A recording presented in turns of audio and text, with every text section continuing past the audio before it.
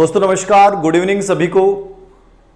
आप सभी का आज के इस live class learning with motivation psychology के डाउटफुल क्वेश्चनों की सीरीज में आप सभी स्टूडेंट का हार्दिक अभिनंदन, हार्दिक स्वागत है। सभी को नमस्कार, सभी को गुड इवनिंग। कल का हमारा व्यवधान रहा, लेकिन आज हम उसी टाइम पे मौजूद हैं लर्निंग विथ मोटिवेशन क्लास। इस सीरीज में एक नई चीज और मैं ऐड कर रहा हूं। खैर ये डाउटफुल क्वेश्चन जो हैं वो चलते रहेंगे। हर सीरीज में मैं कुछ ऐसे क्वेश्चन लूंगा आप लोगों के जो मुझे लगता है कि जो आपके जीवन से सबसे जुड़े हुए हैं। तो ऐसे ही आज मैं 2 प्रश्न आप लोगों के सामने ले रहा हूं।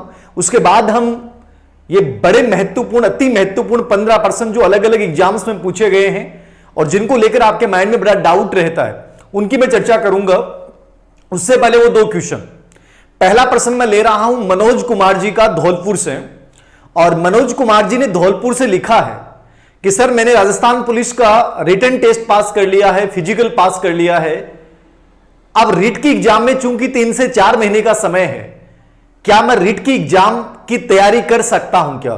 तो मनोज जी, मैं आपको ये कहना चाहूंगा कि मैंने आपका सवाल लिया है, आपके सवाल पे मेरी निगाह गई, वो एक अलग बात है।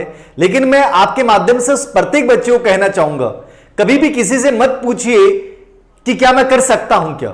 हमेशा एक बात याद रखिए, जब आप राजस्थान पुलिस का एग्जाम क्रैक कर सकते हैं, उसका रिटन और फिजिकल पास कर सकते हैं, तो आप रिट भी बहुत अच्छे नंबर से क्रैक कर सकते हैं। ये मनोज जी, आपके माध्यम से हर बच्चे के कोई मैं जवाब देना चाहूंगा, महीनों पे कभी मत जाइए, महीनों पे कभी मत जाइए।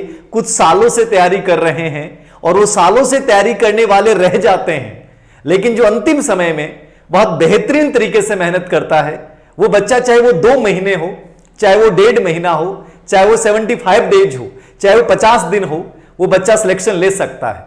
तो मनोज जी, आपको इस सवाल का जवाब मिल गया होगा कि क्या मैं 3 महीने में रिट की एग्जाम क्रैक कर सकता हूं क्या। मैंने कहा कि आपको सबसे पहले बधाई राजस्थान पुलिस के लिए, और आपके माध्यम से उस प्रत्येक अभ्यर्थी को कहना चाहूंगा कि अब आने वाले समय में आप कितनी मेहनत करते हैं, यही सिलेक्शन का बेस होगा। चाहे पिछले 3 साल में, पिछले 1 साल में या पिछले 2 साल में आपने क्या किया है, वो मायने नहीं रखता, याद रखना। दूसरा प्रश्न, एक बच्ची है, शायद बच्ची एक बच्चा, मुझे नहीं समझ में आया क्योंकि उसमें नाम नहीं था, स्टडी के नाम से कुछ ऐसा नाम बना हुआ था उसमें।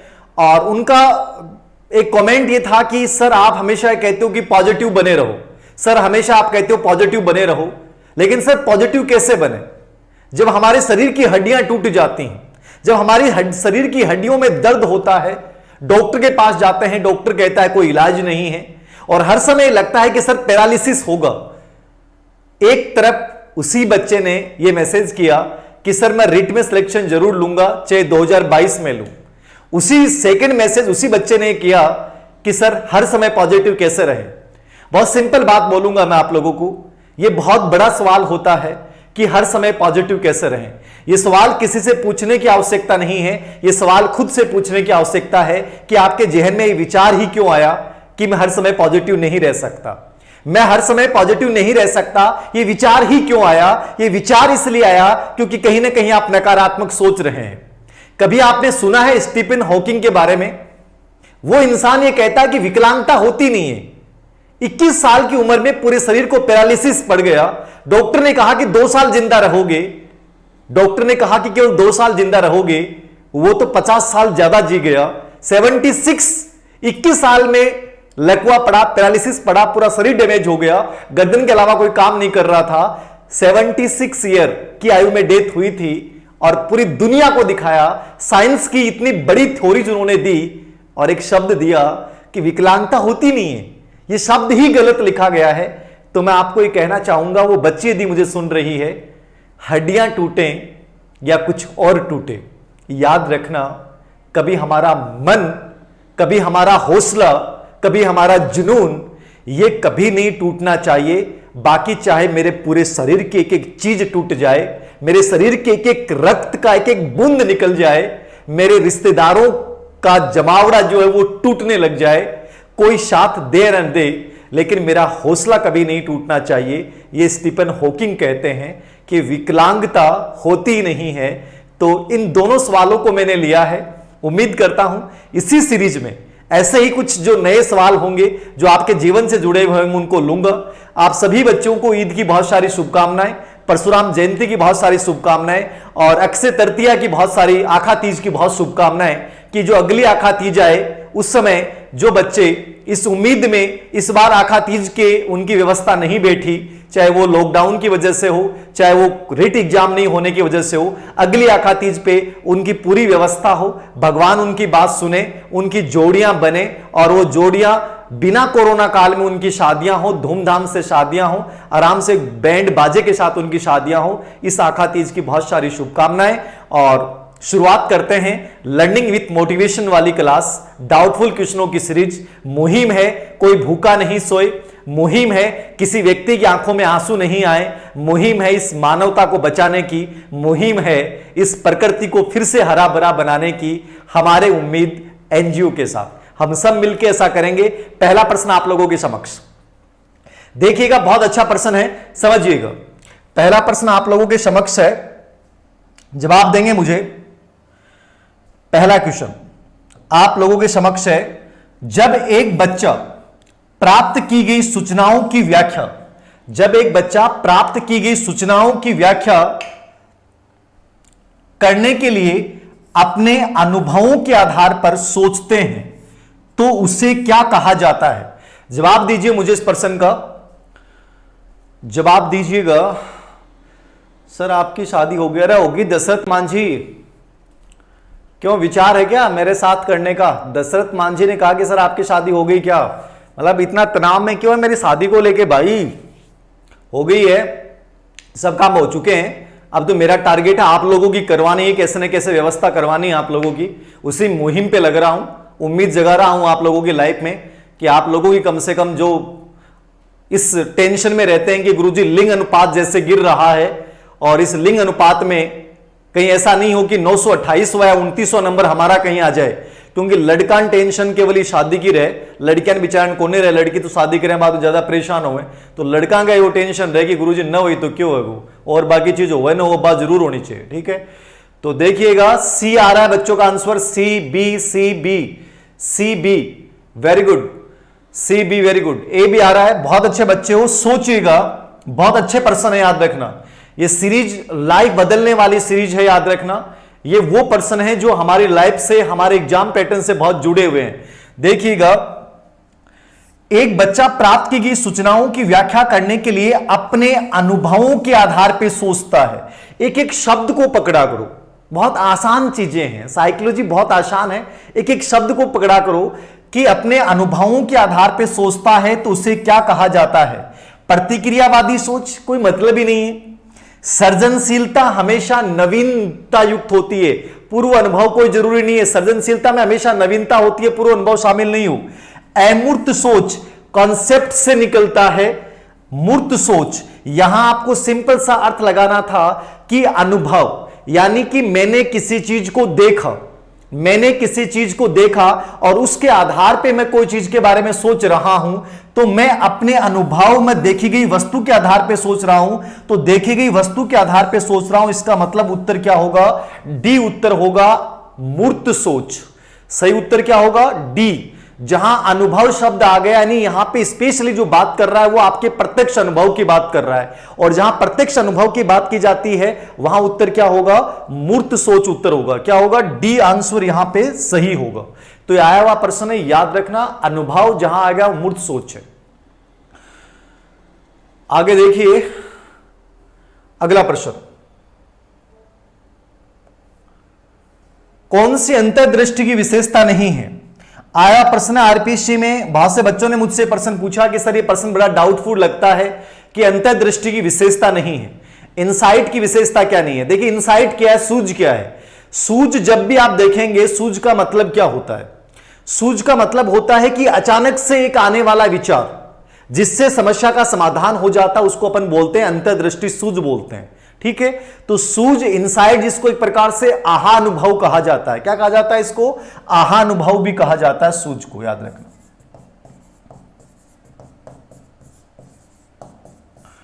इनसाइट क्या है? पहली विशेषता, यहां प्रश्न ये पूछ रहा है कि विशेषता नहीं है। आपका आंसर क्या आ रहा है? डी आ रहा है। D D D, very good. D C आ रहा है, ठीक है। डी सी आ रहा है, ठीक है, वेरी गुड। देखिएगा, पहली विशेषता दे रखी है आकस्मिकता। हमेशा याद रखना, अंतर्दृष्टि का कैसा भी प्रश्न आ जाए, इनसाइट जो होती है वो अचानक से होती है। कि जैसे थर्ड ग्रेड 2013 में बाड़मेर से एक प्रश्न पूछा गया कि न्यूटन पेड़ के नीचे बैठा था। न्यूटन कहां बैठा था? पेड़ के नीचे बैठा था। और न्यूटन जब पेड़ के नीचे बैठा था, ऊपर से आसमान से उसने किसको गिरते हुए देखा? सेब को गिरते हुए देखा। और सेब को गिरते हुए देखा तो कौन सा विचार आया? गुरुत्वाकर्षण का विचार। यानी अचानक से एक विचार आता है, वो विचार क्या होती है? हमारी इनसाइट होती है। तो अचानक से कोई समस्या का समाधान, तो यह आकस्मिकता पाई जाती है। एक नंबर पे है, सबसे याद रखना, सबसे इंपॉर्टेंट विशेषता होती है आकस्मिकता, ठीक है। नवीन परिस्थितियों में अनुक्रिया, अंतर्दृष्टि में हमेशा याद रखना, अंतर्दृष्टि में क्या होता है कि आप जब किसी परिस्थिति का सामना करते हैं, कोई भी नई परिस्थिति जब आपके सामने आती है, तब जाके आप सोचोगे कि मैं क्या करूं। तो हमेशा याद रखना, अंतर्दृष्टि का संबंध किससे होता है? नवीन परिस्थिति से होता है। तो आकस्मिक होती है, नवीन परिस्थिति से संबंधित होती है। अनुक्रिया का सहजता से होना, ठीक है। अनुक्रिया का सहजता का मतलब क्या है? तात्कालिक रूप से। ये तात्कालिक शब्द है, अचानक से होगी। सहज का मतलब क्या है? एक प्रकार से अचानक के संदर्भ में लिया है कि आपको पता नहीं लगेगा कब एक विचार आएगा, ठीक है। और भविष्य उन्मुखी सोच, भविष्य उन्मुखी सोच नहीं होती है, क्योंकि इसका संबंध तात्कालिक ज्ञान से होता है। किससे होता है? तात्कालिक परिस्थिति से होता है। भविष्य संबंधित नहीं होती है, भविष्य में काम आ सकती है, लेकिन सोच भविष्य उन्मुखी नहीं होती है। वो जो समस्या आपके सामने है, उस समस्या से संबंधित है, तो समस्या क्या होती है? तात्कालिक होती है। और जो तात्कालिक होती है, इसका मतलब भविष्य उन्मुखी वहां कट गया है। तो ये वहां तात्कालिक शब्द यदि आपके दिमाग में है, तो आप तुरंत समझ जाओगे कि भविष्य उन्मुखी सोच नहीं होती है। इसका संबंध स्पेशली किससे होता है? तात्कालिकता से होता है, समस्या के तात्कालिक समाधान से होता है। तो ये इनसाइट की विशेषताएं हैं, याद रखिएगा। नेक्स्ट, अगला प्रश्न। कई बच्चे कमेंट्स कर देते हैं, 2-3 कमेंट आए थे पिछले में, लगभग 700 कमेंटों में 2 कमेंट ऐसा आए थे कि सर आप प्रश्नों पे ही चर्चा किया करो, मोटिवेशन की बात मत किया करो। तो मैं उन बच्चों को कहना चाहूंगा, उनकी क्रिटिसिज्म नहीं है, ये टाइम बहुत क्रिटिकल चल रहा है। आप किसी की जिंदगी में 2 पॉजिटिव शब्द बोल दें और किसी की जिंदगी बदलना शुरू हो जाए, बहुत बड़ी बात होती है। आप पूरे दिन अधिकतर समय बर्बाद करते हैं, और मेरे मुंह से निकलेगी कि एक बात बहुत उपयोगी होती है, याद रखना इस चीज को। तो इतने कुंठित मत बनिए कि आप हर समय चाहें, जिंदगी को एंजॉय करते हुए पढ़ा करो, इंटरेस्ट लेते हुए पढ़ा करो, आनंद लेते हुए पढ़ा करो, मजा आएगा। यूं मुंह बना के पढ़ोगे, ऐसा लगेगा बस 1-1 मिनट में आना चाहिए। ये कभी पढ़ाई नहीं होती है। पढ़ाई एक आनंद का माध्यम होता है, एक एंजॉयमेंट होता है पढ़ाई में। और जब पढ़ाई एंजॉय का माध्यम बन जाती है तो बहुत आनंद आता है। याद रखना, पढ़ाई को तनाव में लेके मत पढ़िए कि टेंशन लेके पता नहीं मेरी 1 सेकंड खराब हो गई सर, अब क्या होगा। ये ऐसे बच्चे कहीं कुछ नहीं कर सकते। याद रखना, वो तनाव में ही रहते हैं हर समय, जबकि उनको ये पता नहीं कि कहां वो कितना समय बर्बाद कर रहे हैं। तो बी पॉजिटिव, मस्त रहा करो, पढ़ा करो। मेरी क्लास में तो एकदम पॉजिटिविटी के साथ पढ़ा करो, टेंशन फ्री होके। ये दिमाग से निकाल दिया करो कि सब कुछ मिलेगा यहां पे, ठीक है। तो बी पॉजिटिव, मस्त रह के आनंद के साथ पढ़ना है। मूल्यांकन के कितने भेद होते हैं बताइए भाई, फटाफट बताइए। मूल्यांकन के, अब ये प्रश्न बहुत इजी सा प्रश्न था, लेकिन मैंने इसको लिया डाउटफुल होने की वजह से। मूल्यांकन के भेद, मूल्यांकन के भेद, ए वेरी गुड। ए आ रहा है जी सर, ए आ रहा है, वेरी गुड, ठीक है। समझिएगा, देखिए मूल्यांकन के कितने भेद होते हैं। मूल्यांकन के 3 भी होते हैं, ठीक है। मूल्यांकन के 2 भी होते हैं, एक जगह मूल्यांकन के 4 भेद भी हैं, एक जगह 5 भी हैं। ये चारों ही आंसर सही हैं। मूल्यांकन के भेद 2 भी हो सकते हैं, 3 भी हो सकते हैं, 4 भी हो सकते हैं, 5 भी हो सकते हैं। लेकिन जब भी ऐसा प्रश्न पूछा जाता है, हमेशा याद रखो, ये प्रश्न आपसे ये जानना चाह रहा है कि मूल्यांकन के मुख्य प्रकार कितने होते हैं। तो मुख्य प्रकार की जब बात आएगी तो मूल्यांकन मुख्य रूप से कितने प्रकार का होता है? 2 प्रकार का। कौन कौन सा? परिमाणात्मक और दूसरा गुणात्मक। मूल्यांकन मुख्य रूप से 2 ही प्रकार का होता है, परिमाणात्मक और गुणात्मक। याद रखना, मुख्य प्रकार की जब अपन चर्चा करेंगे तो मूल्यांकन कितने प्रकार का है? 2 ही प्रकार का है, परिमाणात्मक और गुणात्मक, ठीक है। परिमाणात्मक में कौन सी परीक्षाएं आती हैं? आपकी लिखित परीक्षाएं, मौखिक परीक्षाएं और प्रयोगात्मक परीक्षाएं आती हैं। तो लिखित, मौखिक और प्रयोगात्मक के आधार पर तो कितने हो गए? 3 प्रकार। मुख्य प्रकार कितने हो गए? परिमाणात्मक, गुणात्मक हो गए। और गुणात्मक का मतलब होता है जितनी भी अपने व्यक्तित्व अध्ययन की विधियां हैं, चाहे वो रेटिंग स्केल है, चाहे समाज मिति है, चाहे प्रश्नावली है, चाहे साक्षात्कार है, चाहे केस स्टडी है, ठीक है, चाहे जांच सूची है, चेकलिस्ट है, वो जितनी भी विधियां हैं उनको रटने की आवश्यकता नहीं है। वो सब कौन सी विधियां हो गई? गुणात्मक। साइकोलॉजी एक ऐसा विषय है जिसको इतना प्रेशर लेने की आवश्यकता नहीं है। आप लोगों को आपस में कोरिलेटेड चीजें हैं। आप मूल्यांकन को कितना ही पढ़ लो, मूल्यांकन 4 घंटे पढ़ो तो भी कम है। और इसी मूल्यांकन को मात्र 20 मिनट में मूल्यांकन को ऐसा पढ़ा जा सकता है कि कभी जिंदगी में बाहर प्रश्न नहीं आए। चाहे मेथड की बात करो, चाहे साइकोलॉजी की बात करो। तो ये चीजें समझिए, प्रश्न कहां से और कैसा आना है, इन चीजों को समझिए। लोग डराने की कोशिश ज्यादा करेंगे, ऐसे ऐसे प्रश्न आपके सामने लाने की कोशिश करेंगे आपका कॉन्फिडेंस डिक्रीज करने के लिए। कॉन्फिडेंस डिक्रीज करने के लिए मेरे को ये आता ही नहीं है। ये मैंने डाउटफुल क्वेश्चनों की सीरीज से शुरू की क्योंकि इसमें मैं वही प्रश्न ले रहा हूं जो एग्जाम में आया हुआ है, ताकि आपके काम के हूं। मैं ऐसे प्रश्न बना दूं जिनका एग्जाम पैटर्न से संबंध नहीं है। मैं आपको डराने के लिए ऐसे शब्दावली लेके आऊं कि देखो तुम लोगों ने अभी तक यही नहीं पढ़ा है, देखो मैं आपके सामने शब्द लेके आया हूं, तुम लोगों की साइकोलॉजी खराब है। लोगों का उद्देश्य है डिमोलाइज करना और हमारा उद्देश्य है हर डिमोलाइज बच्चे को आसमान को छूने की ख्वाहिश जगाना और उसको इतनी हिम्मत प्रदान करना कि तू कर सकता है। तो वही प्रश्न जो एग्जाम पैटर्न से संबंधित है, डराना नहीं है, हंसाना है, उठाना है और उम्मीदों को जगाना है, ये हमारी मुहिम में याद रखना, ठीक है। तो 2 ही प्रकार होते हैं मुख्य रूप से, परिमाणात्मक, गुणात्मक। बाकी तो बहुत सारे प्रकार हैं। एक रचनात्मक मूल्यांकन होता है, एक योगात्मक मूल्यांकन होता है, ठीक है, एक पद स्थापन मूल्यांकन होता है, एक आधार रेखा मूल्यांकन होता है और एक सतत और व्यापक मूल्यांकन होता है। 5 हो गए ना, रचनात्मक, योगात्मक, पद स्थापन, आधार रेखा मूल्यांकन और सतत और व्यापक मूल्यांकन। 5 प्रकार भी हैं। 3 प्रकार लिखित, मौखिक, प्रयोगात्मक, 2 प्रकार भी हैं, लेकिन ये सब सही हैं। लेकिन बेस्ट आंसर कौन सा होगा? मुख्य प्रकार 2 ही होते हैं, परिमाणात्मक और गुणात्मक। समझ में आ गई बात? याद रखिएगा। अगला प्रश्न है, ये टेलीग्राम पे डाल दूंगा पीडीएफ में, टेलीग्राम पे पीडीएफ उपलब्ध करवा दूंगा। टेलीग्राम चैनल जरूर ज्वाइन कर लीजिएगा। टेलीग्राम पे मैं मेरे नाम से जो धीर सिंह धाबाई ऑफिशियल चैनल है, ऑफिशियल लिखा मिलेगा, लगभग 63,000, उसको जरूर ज्वाइन करके रखिएगा। उस पर ऑडियो मैसेज भी आते हैं मेरे और ये भी चीजें आती हैं जो मुझे डाउटफुल चीजें लगती हैं। अगला प्रश्न, ये किसी बच्चे ने मेरे को भेजा था और ये आया हुआ प्रश्न भी है, इसको समझना है आपको, ठीक है। एक बच्चे ने भेजा था प्रश्न, इसको ये डाउटफुल बहुत रहता है, इसलिए मैं इसमें कई चीजें मैं समझा दूंगा। इसमें ऐसा उद्दीपक जो क्रिया के दौरान प्राणी को अभिप्रेरित करने के लिए दिया जाता है कहलाता है। ऐसा उद्दीपक जो क्रिया के दौरान, एक्टिविटीज के दौरान प्राणी को मोटिवेट करने के लिए दिया जाता है। उद्दीपक का मतलब क्या है? स्टिमुलस है, दिया जाता है, क्या कहलाता है? तो ऐसा उद्दीपक जो क्रिया के दौरान प्राणी को दिया जाता है, किसके दौरान? क्रिया के दौरान दिया जाता है, क्या कहलाएगा? बताओ, फटाफट बताओ। आपकी जुल्फें गनेरी, अरे मेरी जुल्फों पे ध्यान मत दो रे। जुल्फ तो बन जाती हैं, बनाते नहीं हैं हमें तो खुद को ही नहीं पता कि जुल्फें बनी कैसे हैं, ये अपने आप बन गई हैं भाई।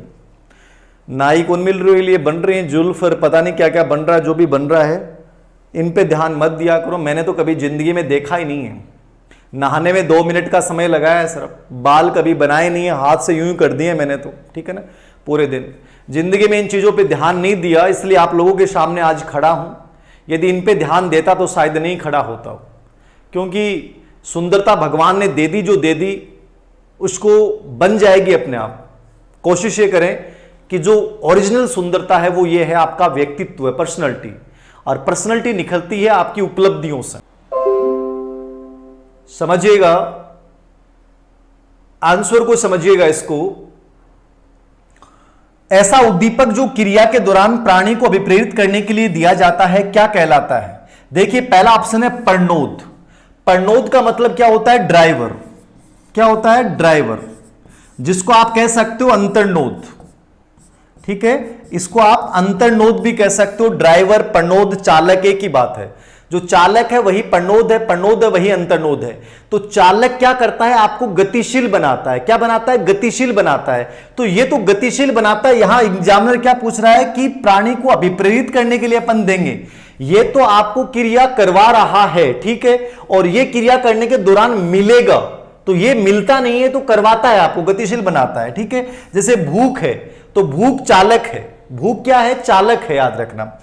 प्रेरक, मोटिव, मोटिव एक प्रकार से चालक का ही दूसरा रूप होता है, चालक से व्यापक शब्द होता है। भूख चालक प्रणोद भी है और भूख प्रेरक भी, याद रखना। तो प्रेरक भी आपको क्रिया करने के लिए क्या करता है, प्रेरित करता है। क्रिया करने के लिए क्या करता है, प्रेरित करता है। तो भूख, प्यास, काम, नींद, मलमूत्र, त्याग, ये सब हमारे प्रेरक भी हैं और ये चालक भी हैं। तो ये चालक का व्यापक जो रूप है वो क्या है, प्रेरक है, मोटिव है। तो इसकी जो भूमिका है वही इसकी भूमिका है। उद्दीपक, उद्दीपक का मतलब क्या होता है, याद रखना, बहुत से बच्चे इसको समझ नहीं पाते हैं। एक होता है उद्दीपक, एक होता है उद्दीपन। उद्दीपक और उद्दीपन, ठीक है। इंसेंटिव, उद्दीपक का मतलब है जिसको देखकर आप क्रिया करते हो। उद्दीपक क्या है, जिसको देखकर आप क्रिया करते हो। रीट आपके लिए उद्दीपक है, गवर्नमेंट वैकेंसी आपके लिए उद्दीपक है, डीएसएसबी टीचर भर्ती आपके लिए उद्दीपक है, आरपीसी स्कूल लेक्चरर आपके लिए उद्दीपक है। वो स्टिमुलस आपके लिए जो क्रिया करने के लिए प्रेरित कर रहा है। ये तीनों एक प्रकार से एक ही शब्दावली के संबंधित हो गए। यदि यहां उद्दीपन होता तो उत्तर सही हो जाता, इंसेंटिव सही हो जाता। इंसेंटिव क्या होता है, जो आपको कार्य करने के दौरान मिलता है, जिससे आपकी उपलब्धि या आपकी जो ये तीनों कारक हैं वो संतुष्ट हो जाते हैं। लेकिन यहां ऑप्शन में उद्दीपक है, तो उद्दीपक तो वही चीजें हैं जो तीनों हैं। यहां सही उत्तर क्या होगा, पुनर्बलन होगा। अभिप्रेरित करने के लिए अपन किसका प्रयोग करेंगे, पुनर्बलन देंगे बच्चे को, कि जैसे हमने उसको भोजन दिया, उसको बिस्किट दिया, उसको टॉफी दिया, उसको वेरी गुड शाबाशी कुछ भी दिया, तो उससे वो मोटिवेट होगा। तो यहां उत्तर सही क्या होगा, डी उत्तर होगा, पुनर्बलन, याद रखना। क्योंकि ये तीनों कार्य करने के लिए प्रेरित करते हैं। कार्य करने के बाद जो मिलता है या तो उद्दीपन, इंसेंटिव होता है, प्रोत्साहन होता है, या वो क्या होता है, पुनर्बलन। तो ये समझने वाला प्रश्न था। समझने वाला। पहाड़ का जीवन क्या बता रहा है भाई, ठीक है, और ठीक है, ठीक है, ठीक है, डी हो गया ना, रेनफोर्समेंट। हाँ, निश्चित रूप से रेनफोर्समेंट, पुनर्बलन, डी ऑप्शन एकदम सही है। डी ऑप्शन एकदम से सही है, वेरी गुड। अगले प्रश्न पे चलते हैं अपन। याद रखना, बहुत अच्छे प्रश्न है। पांचवा प्रश्न, उद्दीपक उद्दीपक सिद्धांत में शामिल नहीं है। इस प्रश्न को मैं इसलिए लेके आया क्योंकि इसको लेकर बड़ा कंफ्यूजन है, इसको लेकर बड़ा कंफ्यूजन है। और चूंकि ये कंफ्यूजन दूर मैं इसलिए कर रहा हूं क्योंकि मैं आपसे ज्यादा पढ़ रहा हूं। जितनी भी नई जानकारियां मुझे मिल रही हैं, जितना मैं खुद अपने आप को अपडेट कर रहा हूं, कहां मुझे लगता है कि और क्या चीजें हो सकती हैं, अलग अलग पेपर्स को देखना, अलग अलग बुक्स को देखना, उसके बाद एक निष्कर्ष निकालना। चूंकि नई वाली किताब पे बहुत हार्ड वर्क कर रहा हूं, तो उसी का परिणाम है कि नई चीजें आती हैं और वो आप लोगों को फायदा दे रहा हूं एक प्रकार से। सुनिएगा, सुनिएगा। क्या कर रहे हो सर, आपकी स्माइल बहुत अच्छी है। हाँ, बस आप लोगों को देख के स्माइल अच्छी हो जाती है, पता नहीं स्माइल अच्छी है कि नहीं है। आप लोगों को लगती है तो अच्छी बात है। आपकी स्माइल बहुत अच्छी है, वेरी गुड, अच्छी है। अब तो मैं और दूंगा स्माइल। आगे देखना, अगला प्रश्न है, उद्दीपक उद्दीपक सिद्धांत में शामिल नहीं है, ये पूछ रहा है। अब यहां एक चीज तो दिमाग में आती है आप लोगों के, अपनी अवनी मनोविज्ञान में मैंने लिख रखा है, उद्दीपक उद्दीपक सिद्धांत किसने दिया था, एडवर्ड टॉलमैन ने दिया था। किसने दिया था, उद्दीपक उद्दीपक सिद्धांत। और टॉलमैन ने कहता है कि हमारे सामने बहुत सारे उद्दीपक आते हैं, हमारे सामने सीखने के दौरान बहुत सारे उद्दीपक आते हैं, और फिर उन उद्दीपकों में हम समन्वय स्थापित करते हैं, संबंध स्थापित करते हैं, और यही हमें सिखाते हैं। इसलिए ये बहुत सारे उद्दीपकों पर बल देते हैं। तो टॉलमैन तो निश्चित रूप से उत्तर सही है, टॉलमैन तो निश्चित रूप से उत्तर सही है कि उद्दीपक उद्दीपक सिद्धांत है। लेकिन एक चीज और नया अपडेट है, आप अपनी मेमोरी में सेव कर लीजिएगा या अपनी नोटबुक में लिख लीजिएगा, ये भविष्य के अकॉर्डिंग बता रहा हूं। जो इन डाउटफुल क्वेश्चनों में जो चीजें बता रहा हूं वो प्रमाणिक रूप से आपको माननी है। टॉलमैन के सिद्धांत को उद्दीपक उद्दीपक बोलते हैं, लेकिन कोहलर कोफ्का के सिद्धांत को भी उद्दीपक उद्दीपक सिद्धांत की श्रेणी में शामिल किया जाता है, यानी कि टॉलमैन का सिद्धांत भी उद्दीपक उद्दीपक श्रेणी में शामिल है, और जो कोहलर और कोफ्का का जो सिद्धांत है वो भी उद्दीपक उद्दीपक सिद्धांत की श्रेणी में शामिल है। इसलिए बी भी सही है, सी भी सही है, ये तीनों ही उद्दीपक उद्दीपक सिद्धांत की श्रेणी में आते हैं। डी जो है वो गलत है। डी जो सिद्धांत है स्किनर, वो जो आता है वो किस में आता है? उद्दीपक अनुक्रिया सिद्धांत में आता है। उद्दीपक अनुक्रिया सिद्धांत में याद रखना 4 लोग आते हैं स्पेशली, पावलोव आता है, स्किनर आता है, सीएल हल आता है, थॉर्नडाइक आता है। यद्यपि स्किनर के सिद्धांत को अनुक्रिया उद्दीपक भी कहा जाता है, लेकिन उद्दीपक अनुक्रिया शब्द भी आता है तो भी ये चारों ही आएंगे। उद्दीपक अनुक्रिया जो पुनर्बलन को महत्वपूर्ण मानते हैं उनमें स्किनर, पावलोव, सीएल हल और थॉर्नडाइक चारों सिद्धांत आते हैं,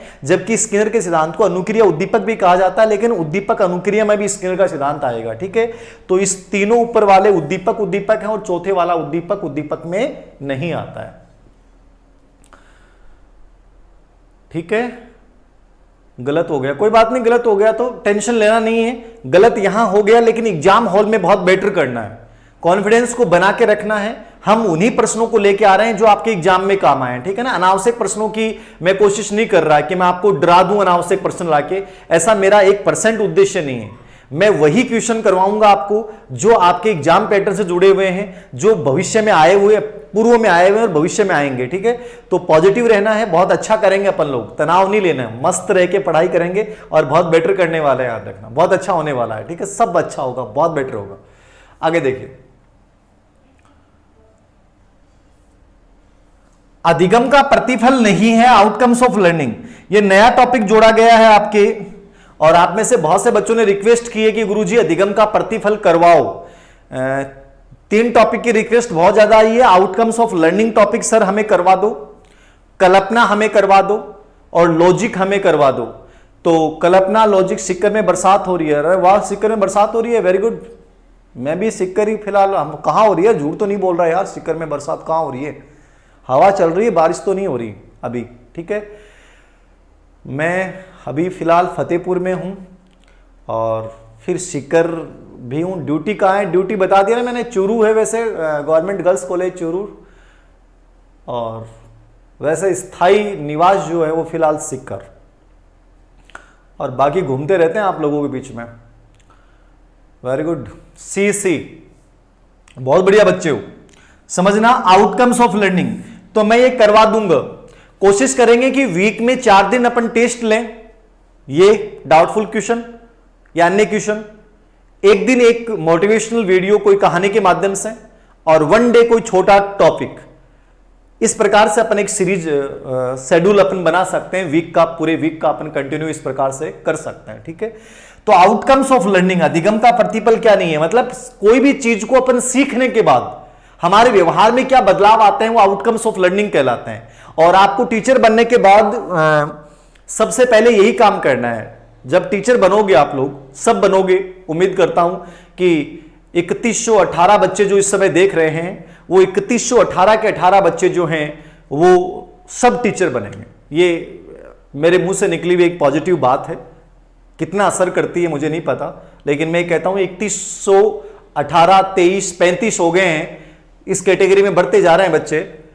तो ये 3135 जो बच्चे हैं वो निश्चित रूप से सब के सब टीचर बनेंगे इस पॉजिटिविटी में। और वो टीचर बनने के बाद जब स्कूल में जाएंगे तो आपको सबसे अधिक काम यही करना है आउटकम्स ऑफ लर्निंग पे, कि आपने क्लास में बच्चे को पढ़ाया और पढ़ाने के बाद बच्चे के व्यवहार में क्या परिवर्तन आया, वो आउटकम्स ऑफ लर्निंग है। ठीक है, तो आउटकम्स ऑफ लर्निंग क्या है?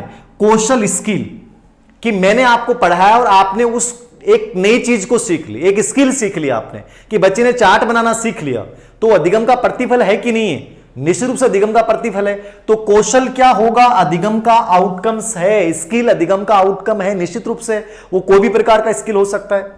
समायोजन, हैरीमैन एक प्रसिद्ध मनोवैज्ञानिक रहे हैं और हैरीमैन कहता है कि मेरी अपनी जो अवनी मनोविज्ञान किताब है, चाहे पुराना एडिशन आप लोगों के पास हो, चाहे पुराना हो चाहे नया हो, अधिगम वाला जो टॉपिक है उसके पहले पृष्ठ पे मैंने एक बिंदु डाल रखा है, अधिगम के परिणाम। जबकि मुझे यह पता नहीं था कि यह सिलेबस में बाद में जोड़ा जाएगा, मुझे पता नहीं था कि सिलेबस में बाद में जोड़ा जाएगा, लेकिन किताब में ऑलरेडी पहले से डाला हुआ है अधिगम के परिणाम आउटकम्स ऑफ लर्निंग, वही आउटकम्स ऑफ लर्निंग है। फिर अब जो नया एडिशन निकाला था उसमें थोड़ा डिटेल में जोड़ दिया मैंने, टेलीग्राम पे डाल भी दी थी इसकी फाइल, दोबारा टेलीग्राम पे इसकी फाइल डाल दूंगा मैं, टेलीग्राम चैनल पे फाइल डाल दूंगा अधिगम के प्रतिफल की दोबारा, और इसको करवा भी दूंगा, ठीक है। तो ये ऑलरेडी मैंने शुरुआत से डाला हुआ अधिगम के परिणाम, साइकोलॉजी में अधिगम के परिणाम क्या होते हैं शुरुआत में हर किताब में डाला हुआ है, ठीक है, जबकि जुड़ा बाद में, याद रखना, लेकिन मुझे आइडिया लग गया था पहले से कि जुड़ेगा, ठीक है ना।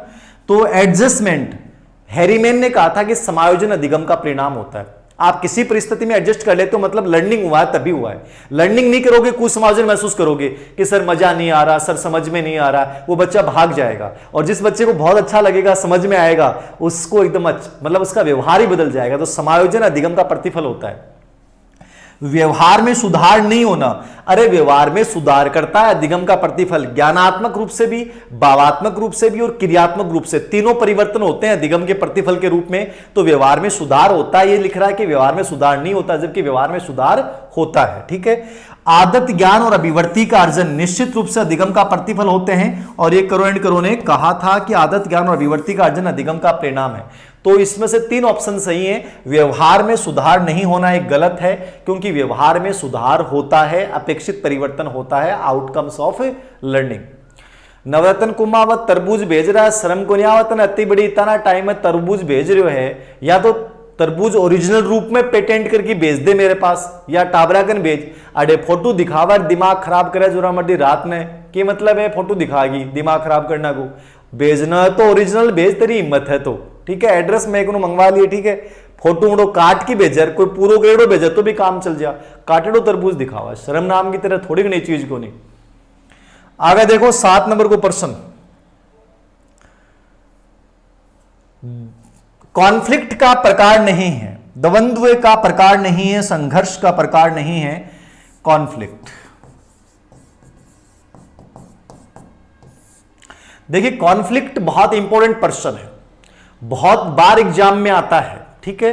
रीट 18 में भी प्रश्न पूछा गया है, और नॉर्मली वैसे भी आता है, और जो पहले हमने एक टेस्ट सीरीज शुरू की थी उसमें भी मैंने बहुत सारे इस प्रश्नों को चर्चा की थी, और अपना जो नया अवनी एजुकेशन ऐप है उसके ऊपर भी जो अपन टेस्ट सीरीज शुरू कर रहे हैं उस पर भी ऐसे प्रश्नों की श्रृंखला काफी मैं जारी करूंगा। खैर ये तो निःशुल्क अपन कर रहे हैं यूट्यूब पे, तो जारी रही रहेगी। तो कॉन्फ्लिक्ट का प्रकार नहीं है, द्वंद्व का प्रकार नहीं है पूछ रहा है, ठीक है। तो ये किसी बच्चे ने मेरे को भेजा था कि सर ये मुझे डाउटफुल सा लगा इसमें, कि मुझे चारों ही लगे। ये रीजन क्या है, चारों क्यों लगे, क्योंकि आपने ढंग से नहीं पढ़े। ढंग से नहीं पढ़ने का परिणाम क्या होता है कि आपको चारों लगते हैं। थोड़ा सा आराम से पढ़ोगे। ग्राह्य ग्राह्य उपागम, ग्राह्य ग्राह्य का मतलब क्या है, उपागम उपागम, उपागम उपागम, इंग्लिश में बोलते हैं अप्रोच अप्रोच। क्या बोलते हैं, अप्रोच अप्रोच। त्याग त्याग, इसको वर्जन वर्जन भी बोल सकते हैं, अवॉइडेंस अवॉइडेंस, ठीक है, अवॉइडेंस अवॉइडेंस बोलते हैं इसको, ठीक है। एक उपागम परिहार, तो उपागम उपागम तो ये होता है जब दो चीजें दोनों सकारात्मक हो आपके सामने, दो चीजें दोनों ही पॉजिटिव हो, कि दो चीजें आपके सामने आ गई कि मुझे मेरे दोस्त के साथ खाने पे भी जाना है और मुझे मेरे पापा के साथ घूमने भी जाना है, दोनों ही मेरे लिए पॉजिटिव हैं। अब मैं किसके साथ जाऊं, ये एक ही समय पे जाना है, तो वो जो संघर्ष हो रहा है उपागम उपागम है। त्याग त्याग का मतलब होता है कि दोनों नेगेटिव हैं, गुरुजी पढ़ना भी नहीं चाहता और खेलना भी कौन चाहूं, मन दोनों ही कौन कर रहा है, गुरुजी दिमाग खराब हो रहा है कोरोना काल में, न तो पढ़ना को मन करे, ना खेलना को मन करे, न देखना को मन करे, ना कुछ करना को मन करे, ना सोना को मन करे, ना रोना को मन करे, कुछ ही मन कौन करे, एक काम भी करना को मन नहीं करे। वो संघर्ष कौन सा हुआ है, परिहार परिहार। कौन संघर्ष होता है, परिहार परिहार। त्याग त्याग, अवॉइडेंस अवॉइडेंस। उपागम परिहार ये होता है, मैंने बताया था, एक पॉजिटिव एक नेगेटिव। गुरुजी मन तो बहुत करे पढ़ना को, लेकिन इच्छा को नहीं हुए, ये उपागम परिहार। मन कर रहे हो है, इच्छा को नहीं हुआ, क्या मतलब हुई, मतलब एक पॉजिटिव एक नेगेटिव। इच्छा सर लक्ष्य तो है रिट में सिलेक्शन लेना, लेकिन सर इच्छा नहीं होती, मन नहीं करता, ये नेगेटिव हो गया, ठीक है। सर इच्छा तो है, मेरे पास एक गाड़ी होनी चाहिए, लेकिन सर मेरे पास पैसे नहीं है, ये क्या है, नेगेटिव हो गया। तो एक पॉजिटिव एक नेगेटिव क्या हो गया, उपागम परिहार। और चौथा है बहुपागम परिहार होता है, जबकि यहां मैंने लिख रखा है बहुपरिहार। ऊपर वाले तीनों प्रकार तो दिए थे कुर्ट लेविन ने और चौथा प्रकार जोड़ा था हॉलैंड ने जोड़ा था। ठीक है, तो डी ऑप्शन में बहुपागम परिहार आता है, जबकि यहां केवल बहुपरिहार लिखा हुआ है। क्या लिखा हुआ है? बहुपरिहार। तो ये गलत हो गया। बहुपागम होता तो चारों ही सही हो जाता है, लेकिन बहुपरिहार लिखा हुआ है, इसलिए डी क्या हो गया? गलत हो गया। 8 नंबर का प्रश्न, मेस्लो के ये आया हुआ है पीटीआई एग्जाम में और बहुत से बच्चे से कंफ्यूज थे, गुरुजी ये क्या होगा? इसका उत्तर आया हुआ प्रश्न है, मेस्लो के अभिप्रेरणा सिद्धांत में कितने प्रेरक होते हैं? मेस्लो के अभिप्रेरणा सिद्धांत में कितने प्रेरक होते हैं? आप में से कई बच्चे हो सकते हैं गुरुजी तो छोटा प्रश्न है।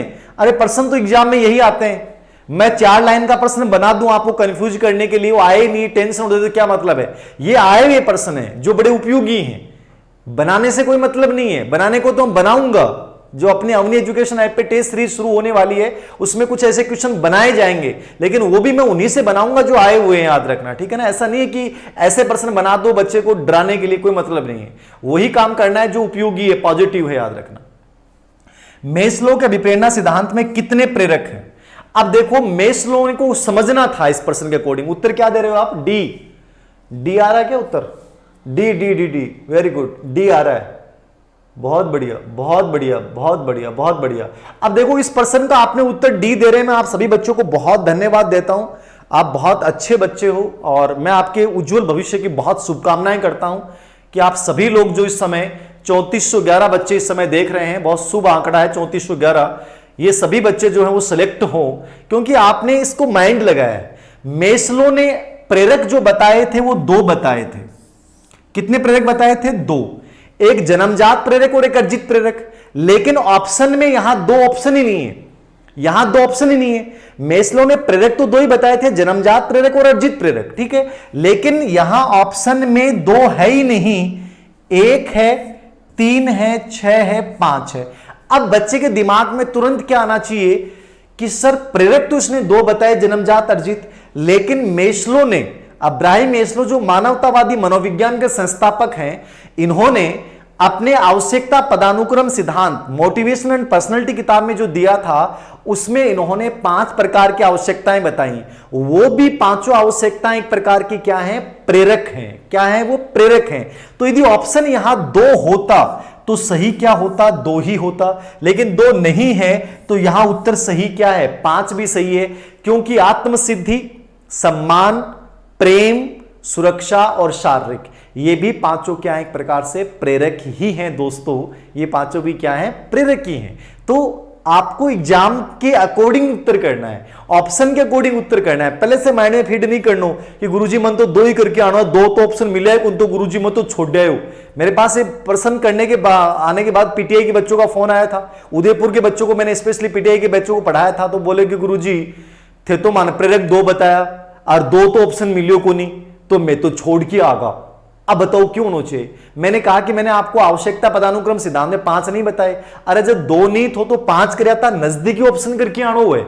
2 नहीं है तो 5 करा, तो 5 भी तो इसने बताए बेचारे ने। तो ये कॉमन सेंस होता है, ये हमेशा यूज करो एग्जाम हॉल में। ठीक है, ये पॉजिटिव कॉन्फिडेंस से आती हैं चीजें। ठीक है, तो याद रखना इसको। 9 नंबर पे, रोरसा व्यक्तित्व परीक्षण में कितने कार्डों पर विभिन्न रंग हैं? ये भी इस एग्जाम में आया हुआ प्रश्न है, बड़ा विवाद है। देखो आरबीसी बोर्ड की बुक्स इसको अलग बताती है, एनसीईआरटी इसको अलग बताती है। एनसीईआरटी बुक्स में लिखा हुआ है कि 5 कार्ड जो होते हैं, कितने कार्ड? 5 कार्ड। 5 कार्ड जो होते हैं वो तो हैं काले व सफेद, काले व सफेद, और 5 के आगे लिखा हुआ है विविध रंग। ये एनसीईआरटी में लिखा हुआ है। एनसीईआरटी की बुक्स भी कोई इतना बड़ा प्रमाण नहीं है, एनसीईआरटी की बुक्स में भी गलतियां हैं। जैसे मैंने कहा कि वस्तु स्थायित्व को उन्होंने पूर्व संक्रियात्मक बता रखा है, तो गलती है। आरबीएससी की जो साइकोलॉजी किताब चलती है 11वीं 12वीं की, उनमें भी बहुत सारी मिस्टेक्स हैं। मतलब ये नहीं कि मिस्टेक है तो उनको आप प्रमाणिक मान लो, ये आपको पता भी होना चाहिए, याद रखना कि गुरुजी उसमें तो ये लिख रखा है, आप ये बता रहे हो। अरे जो सही है वो सही होगा, चाहे वो आरबीएससी हो चाहे एनसीईआरटी हो। गलतियां वहां भी हैं, वहां भी लिखने वाले लोग हैं, टाइप करने वाले लोग हैं, तो टाइपिंग में गलतियां हो जाती हैं। तो 5 कार्ड काले व सफेद। एक बार अभी 2018 में प्रश्न आया था, उसका उत्तर ये माना गया था 5 कार्ड काले व सफेद और 5 विविध रंग के। ये ऑप्शन था सेकंड ग्रेड में और इसका आंसर यही माना गया। लेकिन ये जो पीटीआई एग्जाम में 2016-17 वाली में आया था, उसमें आंसर क्या माना गया था? उसमें आंसर ये माना गया था 3, ए ऑप्शन। ए ऑप्शन उत्तर माना गया। ए क्यों माना गया? क्योंकि ओरिजिनली जो कार्ड है वो ये है कि एनसीईआरटी तो ये कहती है कि 5 कार्ड तो काले व सफेद और 5 विविध रंग के हैं। ये सेकंड ग्रेड में आया हुआ प्रश्न और आंसर ये माना गया है। लेकिन पीटीआई एग्जाम में आंसर ये माना था, क्योंकि वास्तव में आप देखोगे, क्योंकि ये प्रयोग मैंने सब किए हैं, ये साइकोलॉजी के ये प्रयोग सब मेरे प्रैक्टिकल किए हुए हैं। याद रखना, मनोविज्ञान में जितने भी टेस्ट होते हैं, हमने एमएड के दौरान ये बच्चों पे ये प्रयोग किए थे। ये सब कार्डों का मैंने प्रत्यक्ष रूप से अवलोकन किया है। वास्तव में इन कार्डों की बात करेंगे आप, ओरिजिनली मैं मेरी बात बताऊं कार्ड कितने रियली में, तो 5 कार्ड तो काले व सफेद हैं और 2 कार्ड जो होते हैं वो काले व लाल रंग के होते हैं। क्या होते हैं? काले व लाल रंग के होते हैं। और 3 जो होते हैं उस पे अन्य रंग होते हैं, मतलब खूब सारे रंग होते हैं।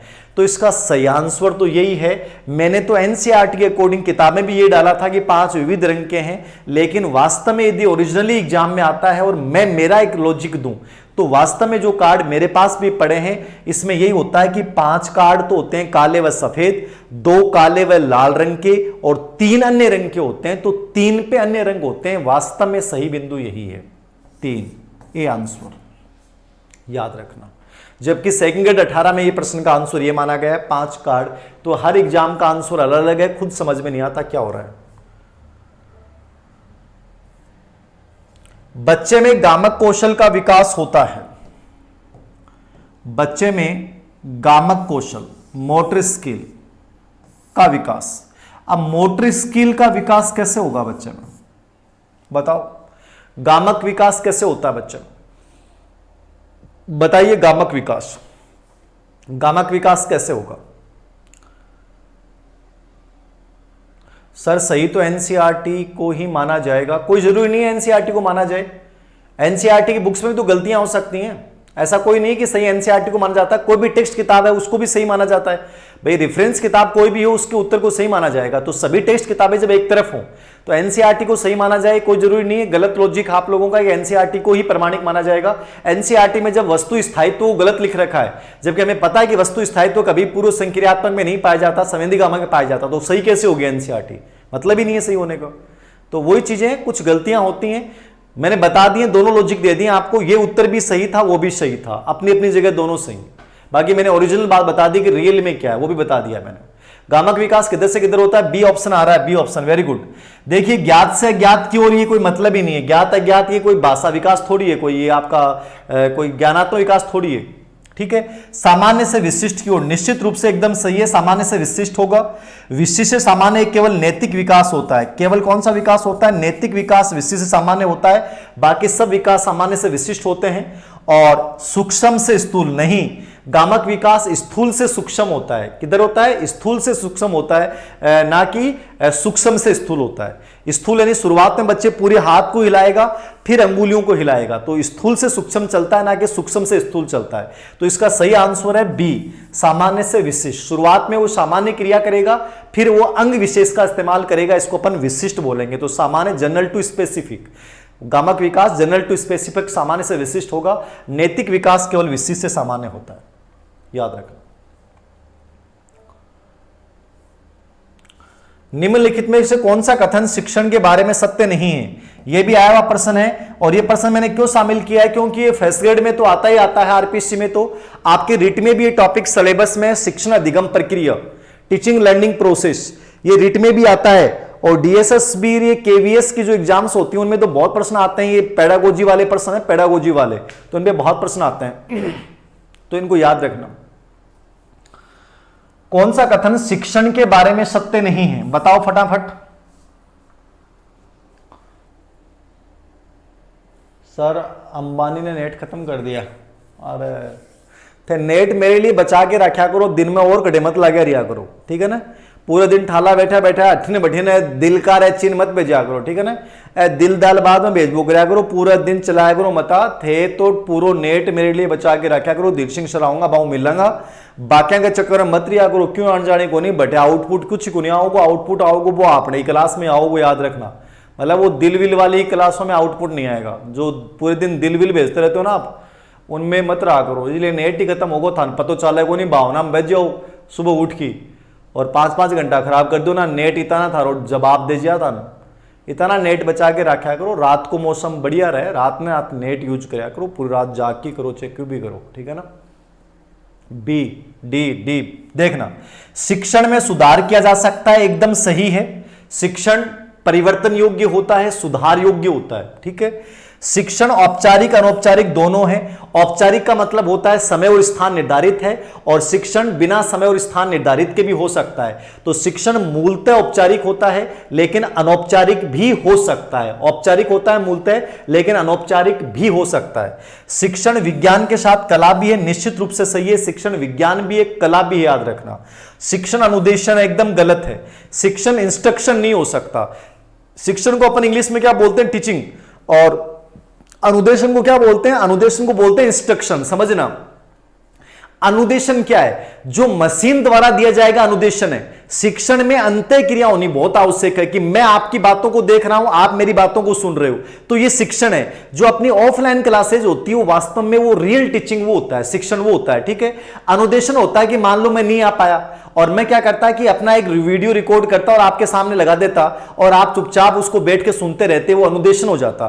तो अनुदेशन को शिक्षण नहीं कह सकते। अनुदेशन शिक्षण में निहित होता है, लेकिन अनुदेशन को आप शिक्षण कदापि नहीं कह सकते। अनुदेशन एक मशीन द्वारा भी दिया जा सकता है, लेकिन शिक्षण में शिक्षक और छात्र दोनों का होना जरूरी है। शिक्षण में अंतः क्रिया का होना आवश्यक है। तो शिक्षण अनुदेशन है, ठीक है, यह गलत है। शिक्षण में अनुदेशन निहित होता है, लेकिन आप शिक्षण को अनुदेशन नहीं कह सकते। क्या नहीं कह सकते, अनुदेशन नहीं कह सकते, ठीक है। तो शिक्षण अनुदेशन नहीं है, अनुदेशन शिक्षण का एक पार्ट होता है, बस ये याद रखना। शिक्षा के क्षेत्र में निम्नलिखित में सबसे महत्वपूर्ण कौन है, बहुत बारे बच्चे पूछते हैं। देखो, जब साइकोलॉजी आ गई तो साइकोलॉजी के अकॉर्डिंग हमेशा एक चीज को याद रखिएगा, मनोविज्ञान के अकॉर्डिंग एक चीज दिमाग में फीड कर लो। ऐसा कोई भी प्रश्न आए ना आप तो याद रखो कि वर्तमान शिक्षा बाल केंद्रित बन चुकी है। क्या बन चुकी है, बाल केंद्रित बन चुकी है। क्या बन चुकी है, बाल केंद्रित बन चुकी है। हाँ, क्या कह रहे थे, सामान्य से विशिष्ट। वर्तमान शिक्षा जब बाल केंद्रित बन चुकी है तो याद रखना, इसमें हमेशा एक बात को याद रखो कि वर्तमान शिक्षा का मूल केंद्र आपसे पूछे तो आपको क्या करना है, निम्नलिखित में सबसे महत्वपूर्ण कौन होता है, तो आपको क्या करना है, विद्यार्थी करना है, स्टूडेंट करना है। सबसे इंपॉर्टेंट हमेशा स्टूडेंट ही होगा, चाहे कोई भी प्रोसेसिंग हो, याद रखना, ठीक है। वर्तमान शिक्षा चूंकि बाल केंद्रित है तो आपको बिना सोचे विचारे क्या करना है, बालक विद्यार्थी प्रधान है। कौन प्रधान है, बालक या विद्यार्थी प्रधान है। एक ही अपना जो टाइमिंग है वो सही है क्या, 9:15 सही है क्या, पहले करें इस टाइमिंग को, पहले होना चाहिए टाइम सही है एकदम से। कि कई बच्चे कहते हैं गुरुजी नेट ही चल जाए मारो, टाइमिंग सही है क्या, पहले करें, बताओ एकदम सही है क्या टाइम हमारा 9:15 वाला। अरे बी तो देख लियो मैं थारो, बी है, सही है, विद्यार्थी सही है, ठीक है। क्या कर रहे हो, पुण्यबलन प्रतिपुष्टि, प्रतिपुष्टि फीडबैक होता है, पुण्यबलन रीइंफोर्समेंट होता है। टाइम सही है, पहले सही है, राइट राइट, सही है सही है सही है सही है सर जी, वेरी गुड, सही है सही है सही है, ठीक है। और एक ये जो बच्चों, जिन बच्चों को लगा कि सर आपकी पहले हमने टेस्ट सीरीज ले ली है, तो आपने यदि टेस्ट सीरीज ले ली है उसके जितने भी पैसे लगे हैं टेस्ट सीरीज के, आपके उतने पैसे यदि आप कोर्स लेते हैं तो आपके उस कोर्स में कम कर दिए जाएंगे, आपका 1 रुपया एक्स्ट्रा नहीं लिया जाएगा। यानी जो पहले से जो चीज ले लेते हो उसका याद रखना, 1 रुपया मैं आपसे ज्यादा वसूल नहीं करूंगा, ठीक है ना। तो ले लिया है तो वो आपको एक प्रकार से फ्री में मिल गई, और आप कोर्स लेंगे तो उसके उतने पैसे कम हो जाएंगे। बाकी जरूरी नहीं है, किताबें पढ़ते रहो मस्त तरीके से, ओके सही है, ठीक है, टाइमिंग सही है, बढ़ाने की तो जरूरत ही नहीं है, बहुत हो जाता है इतना टाइम, ठीक है ना। कम 15 क्वेश्चन बहुत होते हैं एक बार, फिर देखेंगे आगे। अभी थोड़ा सा रिलैक्स मोड में चल रहे हैं, फिर आपको लगेगा वो भी बहुत सारे क्वेश्चन हो जाएंगे, आपके लगभग चीजें बेस्ट हो जाएंगे, ठीक है ना। टेंशन मत लेना, आप बहुत सारे डाउट्स क्लियर हो जाएंगे इनके माध्यम, बहुत सारे डाउट्स क्लियर हो जाएंगे। Yes sir, very good. अगला प्रश्न देखो, गिलफोर्ड ने अभिसारी चिंतन, शायद मैंने पहले यूज कर लिया था गिलफोर्ड वाला, तो गिलफोर्ड का मैंने आपको बताया होगा। गिलफोर्ड का ये इसका उत्तर जो माना गया था वो शायद दोबारा मेरे माइंड में कैसे आया पता नहीं, बच्चों ने भेजा था। गिलफोर्ड का इसका उत्तर सृजनात्मकता माना गया था, जबकि किताबें पढ़ते हैं तो उनमें हमेशा आता है कि अपसारी चिंतन का प्रयोग इसने सृजनात्मकता और अभिसारी का संबंध इसने बुद्धि के संदर्भ में किया है। तो ये अपने आप में एक डाउटफुल पर्सन है, लेकिन इसका आंसर जो माना गया था वो क्रिएटिविटी माना गया था। क्या माना गया था? क्रिएटिविटी। तो अब इसका क्या माना जाए क्या नहीं माना जाए समझ में नहीं आता, ठीक है ना। तो इसका आंसर सृजनात्मकता ही माना था, जबकि नॉर्मली किताबों में आप देखोगे तो गिलफोर्ड ने अपसारी चिंतन का प्रयोग किया सृजनात्मकता के संदर्भ में और बुद्धि के संदर्भ में किया अभिसारी का। लेकिन अभी क्यों माना गया था उस समय भगवान जाने इसका। तो इस प्रश्न में मैं चर्चा कर चुका हूं, दोबारा नहीं कर रहा हूं।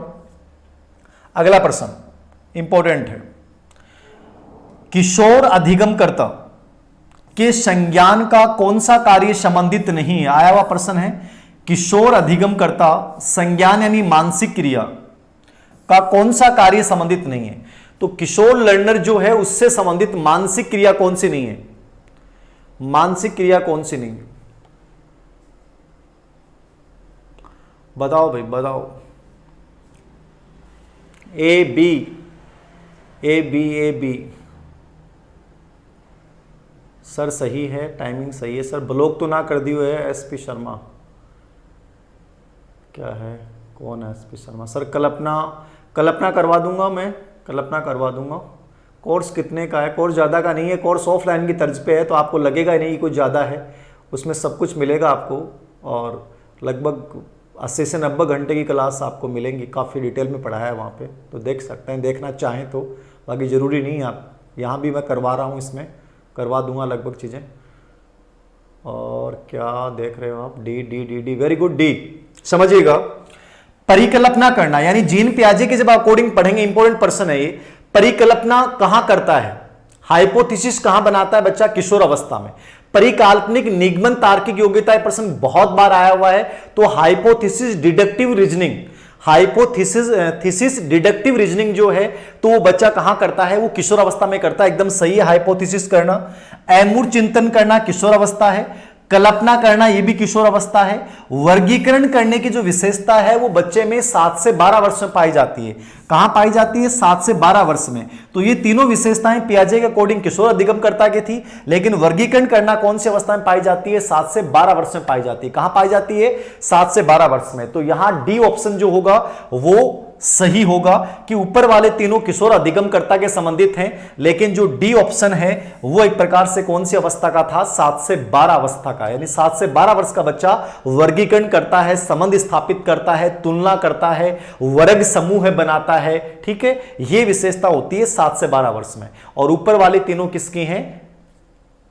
आपकी औपचारिक संक्रियात्मक अवस्था जो जीन पियाजे ने बताई, किशोर अवस्था 12 से 15 वर्ष अवस्था की, ठीक है। अगला प्रश्न,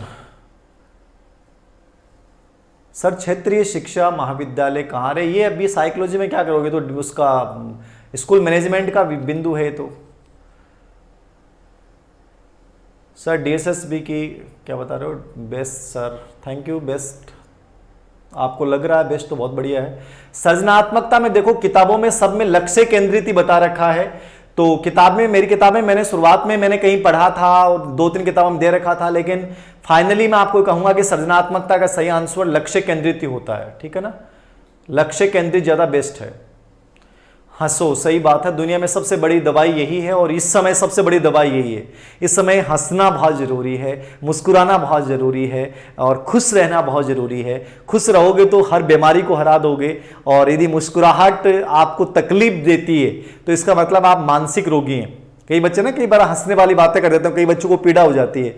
तो ऐसे बच्चों को जब पीड़ा होती है तो याद रखना वो मेंटल पेशेंट हैं, वो मानसिक रूप से डिप्रेस्ड बच्चे हैं, जिनको हंसना अच्छा नहीं लगता या हंसी की बातें अच्छी नहीं लगती, तो डिप्रेस्ड हैं कहीं ना कहीं। तो हंसना बहुत जरूरी है, मस्त रहना सीखो जिंदगी में, याद रखना। और चूंकि हमारी मुहिम है कि हंसना है, हंसाना है, रुलाना किसी को नहीं है, हर भूखे को खाना खिलाना है, और जहां भी कोई दुखी दर्द आदमी आपको दिखाई दे उसकी मदद करना। मेरे से जितनी हो रही है मैं कर रहा हूं। बहुत सारे लोग मेरी इस मुहिम में साथ आए हैं। बहुत सारे लोगों ने कहा कि सर हमने आपके इस मुहिम के तहत आज यहां खाना, पेड़ पौधे लगा रहे हैं, फोटो मुझे भेज रहे हैं। बहुत सुकून मिलता है कि मेरे छोटे से आह्वान पे आप मानवता की रक्षा के लिए इतना बड़ा परिश्रम कर रहे हैं। मैं दिल से सैल्यूट करता हूं जिस बच्चे ने मेरी इस मुहिम में बढ़ के भाग लिया। मैं दिल से आपका शुक्रिया अदा करता हूं कि हमने इंसान होने का फर्ज हमें निभाना है, क्योंकि और चीजें बाद में हैं लेकिन सबसे पहले हम इंसान हैं। तो ये बहुत जरूरी है याद रखना। ठीक है, आगे देखिए अंतिम प्रश्न हमारा,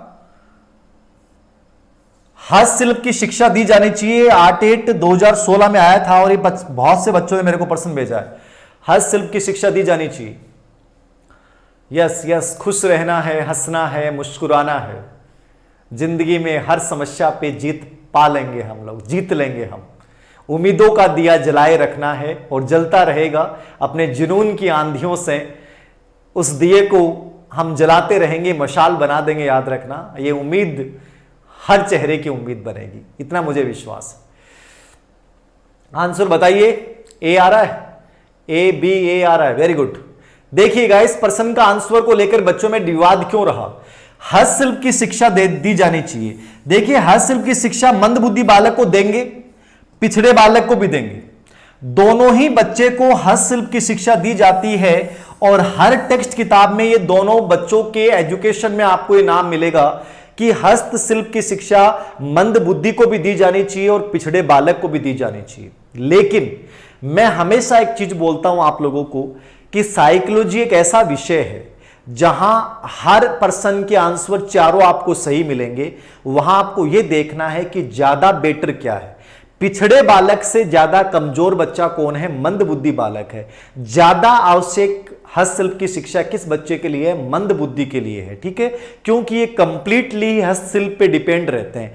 तो यहां दोनों ही ऑप्शन सही हैं, किताबों में दोनों ही मिलेंगे। लेकिन हमेशा याद रखो कि आपको बेस्ट ऑप्शन सिलेक्ट करना है और जब बेस्ट ऑप्शन की अपन बात करेंगे तो यहां सही आंसर क्या होगा? मंदबुद्धि बालक ज्यादा सही है। इसलिए आपको आंसर क्या करना है? हस्तशिल्प की शिक्षा अपन किस बच्चे को देंगे? मंदबुद्धि को। लेकिन यदि जैसे आपके रीट 16 में एक ऐसा प्रश्न पूछा गया था कि निदानात्मक उपचारात्मक शिक्षा किन बच्चों के लिए उपयोगी है, तो वहां जो उत्तर माना गया था वो क्या माना गया था? पिछड़ा बालक। क्या माना गया था? पिछड़ा बालक। तो पिछड़े बालकों के लिए निदानात्मक और उपचारात्मक शिक्षा सबसे बेहतरीन मानी जाती है। तो ये आज की हमारी लर्निंग विथ मोटिवेशन वाली क्लास, डाउटफुल क्वेश्चन वाली क्लास, और ये क्लास एक ऐसी है जिसका उद्देश्य है आपकी जिंदगी में फिर से एक रौनक लाना, फिर से एक मुस्कान लाना। और हमारा उम्मीद एनजीओ का उद्देश्य है कि आपके अगल बगल में, आपके गांव में कोई भूखा नहीं सोए। इस मानवता को फिर बचाना है। ये कोरोना बहुत जल्दी हारने वाला है। फिर से हम खड़े होंगे और कल एक बार फिर इसी समय मिलते हैं लर्निंग विथ मोटिवेशन वाली क्लास में कुछ नए प्रश्नों की श्रृंखला के साथ। Thank you very much. शुभ रात्रि। मस्त रहना, खुश रहना, सावधानी रखना, घर से बाहर नहीं निकलना, मास्क लगाना, 2 गज की दूरी, हर नकारात्मक विचार से रखना। ये 2 गज की जरूरी हर एक नकारात्मक विचार, हर एक नकारात्मक व्यक्ति से रखना। Thank you very much. Good night, शुभ रात्रि।